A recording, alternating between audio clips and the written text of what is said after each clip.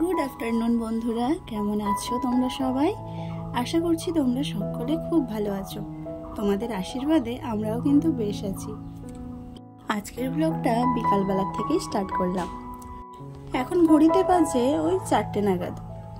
আর দেখো, ছোট ঘুম থেকে উঠে গেছে আর ওর দাদা আরও দুজনে দোলনা চড়ছে। আজকের ভিডিওটা আশা করছি তোমাদের খুব ভালো লাগবে, তো স্কিপ না করে পুরোটাই দেখো কেমন।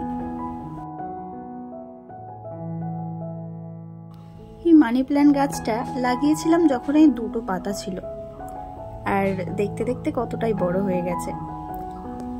যত্ন মানুষকে এক জায়গা থেকে আরেক জায়গায় নিয়ে যেতে সাহায্য করে। যেমন দেখবে, সংসারে তুমি হাজারো কাজ করো, কিন্তু যদি বাড়ির মানুষদের কাছ থেকে তুমি যদি ভালোবাসা পাও, তাহলে দেখবে সংসারের কাজগুলো যে কষ্ট হচ্ছে সংসারের কাজ করতে গিয়ে, তাহলে সেই কাজগুলোকে আর কাজ বলে মনে হয় না।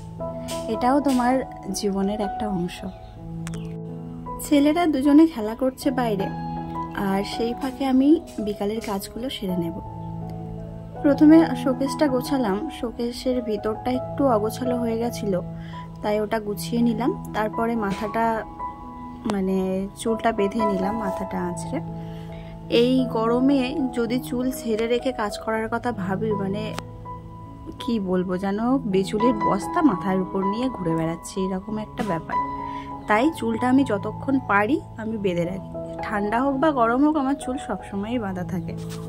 তো যাই হোক, চুল বেঁধে আবার চিরুনি যেখানে থাকে সেইখানে রেখে আর লেগে পড়লাম বিকেলবেলার কাজে। এই জামা কাপড়গুলো সব চেয়ারে ছিল, ধুয়ে দিয়েছিলাম, তাই ভাবলাম যে এখন এই কাজটা সেরে নিই। আর যদি পরে করার চিন্তা ভাবনা করি, তাহলে এই কাজটা এই কাজের মতোই পড়ে থাকবে। আর অয়নের সাথে না ছোটু একটু বেশি খেলা করে, ওই জন্য যখন অয়ন বাড়িতে থাকে আমার আর কোনো চিন্তা থাকে না। ওর কাছে দিয়ে আমি বাকি কাজগুলো সেরে রাখতে পারি। আর যেহেতু তোমাদের দাদা ভাই বাড়িতে নেই, ওই জন্য ওর জিনিসগুলো যেগুলো বের করি সেইগুলো আবার গুছিয়ে তুলে দিই। এগুলো বের করা হয়েছিল ওই যেদিনকে ভাগ্নি জামাই এসেছিল, তোমাদেরকে বললাম, ওনাকে পড়তে দিয়েছিলাম, ওই জন্য বের করা হয়েছিল। তাই ধুয়ে আবার যেটা যেখানে থাকে সেখানে রেখে দিলাম। সকালবেলা তো টাইম পাই না, আর দুই ছেলে থাকে, তাদের স্কুলে পাঠাতে হয়, আর ছোটরা তো বাড়িতে থাকেও, যতক্ষণ জেগে থাকে আমাকে বিরক্ত করে। তো এখন ভাবছি ওরা দুই ভাই খেলা করছে আর আমার তো বিকালের সব কাজ হয়ে গেছে, তাই ভাবছি এই সময়টাকে একটু কাজে লাগানো যাক। ঘরটা ডিপ ক্লিনিং করে নিই। আর সকাল হোক বা বিকাল, কোনো কাজের তো কোনো কিছুর সঠিক টাইম থাকে না, তাই না বলো? তাই ভাবলাম যে এখন ডিপ ক্লিনিংটা করে নিই, তাহলে আমার সকালে আর এই ঝামেলাটা থাকবে না। আর এই ওয়ার্ড্রপের উপরে অনেক জিনিসপত্র ছিল, তাই সেগুলোকে নামিয়ে, আর এই কভারটাকে যেহেতু আজকে তো আর কাচতে পারবো না, তাই কভারটা আর চেঞ্জ করার মতো না, আর কভার নেই, বুঝলে তো? ওই জন্য ভাবলাম এটাকেই উল্টো করে পেতে দিই, তাহলে আবার কিছুদিন পরে এটা চেঞ্জ করে আর অন্য একটা কভার দিয়ে দেব। তোমাদের সঙ্গে গল্প করতে করতে আমার এই জায়গাটা গোছানো কমপ্লিট হয়ে গেছে। দেখো, আগের থেকে বেশ ভালোই লাগছে, তাই না বলো? বাড়ির গুরুজনদের কাছে বলতে শুনেছি, বয়স হলে নাকি বুদ্ধিও বাড়ে। সত্যি এই কথাটা একদম বাস্তবিক। আমার যখন বিয়ে হয়েছিল তখন আমার খুব অল্প বয়স ছিল, আর বিয়ের পরে না কাজ ঠিক মতো আমি জানতাম না। আর বাপের বাড়িতে তো কোনোদিন রান্নাই করতে বসিনি। আর রান্না করার কথা বললে তখন আগে চোখটা বন্ধ করে ভেবে নিতাম যে মা কি করতো, কিভাবে রান্না করতো। এগুলো না রান্না করতে না গেলেও বসে বসে আমি দেখতাম। আর মাছ কাটা হোক আর মুরগি কাটা হোক, এগুলোও দেখতাম। বাবা কিভাবে মুরগি কাটতো, কিভাবে কি করতো, এইসবগুলো দেখতাম। তো যখনই কিছু করতাম এই কথাগুলো আমার মাথায় আসতো। আগে চোখটা ভালো করে বন্ধ করে আর ভেবে নিতাম, তাতে করে আমার অনেক সুবিধাই হতো। আর যেগুলি না পারতাম সেগুলো মাকে ফোন করে জিজ্ঞাসা করে দিতাম যে মা কি হবে বলো তো এটা, বা জেঠিমাকে ফোন করতাম। এইভাবে শুনে জেনে আমি রান্না করা বলো আর সংসারের কাজ বলো এগুলোই শিখেছি। আর কিছুটা নিজের বুদ্ধি বলতে পারো। আবার এরকমও হতো, এক সপ্তাহ ধরে জামা কাপড় জমিয়ে জমিয়ে রেখে তারপরে গিয়ে জামা কাপড় কাচ্ছি। এতে অনেকটা টাইম লাগতো, আর তার উপরে অনেকটা জামা কাপড় একসাথে কাচতে গেলে কষ্টও হতো। কিন্তু তারপরে ভেবে দেখলাম যে প্রত্যেক দিনের জামা কাপড় যদি আমি প্রত্যেক দিন কেচে দিই তাহলে আমার তো এই ঝামেলাটাই হয় না। তারপর থেকে প্রত্যেক দিনের জামা কাপড় প্রত্যেক দিন কাচা শুরু করলাম। আর ঘর গোছানোর সময় করলে বছরে হয়তো একবার কি দুবার ঘর আমি একদম ঝেড়ে ডিপ ক্লিনিং করতাম। এতে দেখা যাচ্ছে আমার সারাটা দিন শুধু পরিষ্কার করতে লেগে গেল, কিন্তু জিনিসপত্র সব অগোছালো রয়ে গেল। সেটা গোছাতে গিয়ে আরও একটা দিন সময় লেগে গেল। আগে এইভাবেই আমার কাজগুলো করতাম, কাজের কোনো মাথা মুন্ডই খুঁজে পেতাম না।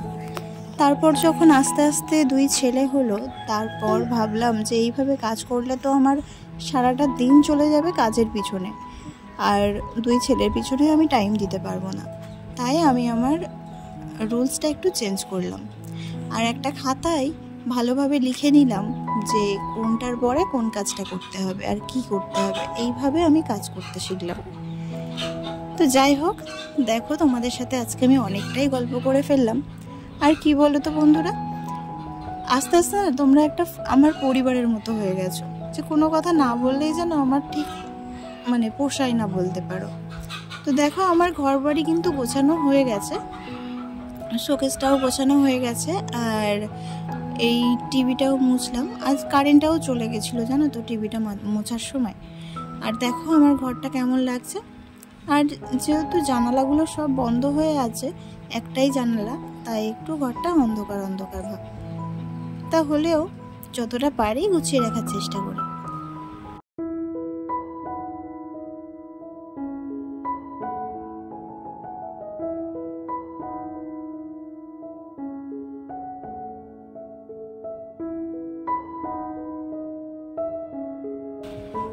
আর দেখো বাপের বাড়িতে হরিনাম হচ্ছে।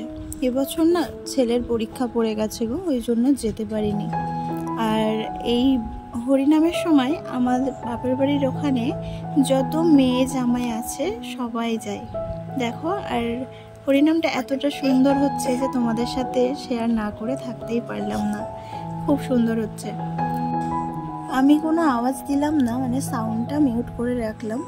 কেন বলো তো, এই সারাদিন ধরো একদিন পর একদিন আমি ভিডিও দিই, আর যদি সেই ভিডিওতে কপিরাইট আসে তাহলে ভালো লাগে না। তো আমি সাউন্ডটা মিউট করে রেখেছি। আর আমাদের আসরটা সাজানো ছোটোবেলা থেকে দেখছি এইভাবেই আসর সাজানো হয়। আর তখন প্লাস্টিকের ফুল দিয়ে সাজাতো। আর এই নিচের যে রজনীগন্ধাগুলো দেখছো না, এগুলো কিন্তু আমি ছোটোবেলার থেকে দেখে আসছি রজনীগন্ধা দিয়ে সাজানো। কিন্তু এই বছর পুরো ফুলের মানে আসরটা সাজিয়েছে কাঁচা ফুল দিয়ে। তো দেখো কত ভক্ত বা কত লোকজন, পুরো একদম আসর জমজমাট। তো বন্ধুরা এই জন্য মনটা ভীষণ খারাপ। তো আজকের মতো ভিডিওটা আমি এখানেই শেষ করছি। যদি ভালো লাগে তাহলে প্লিজ লাইক কমেন্ট শেয়ার করে চ্যানেলটা সাবস্ক্রাইব করে দিও।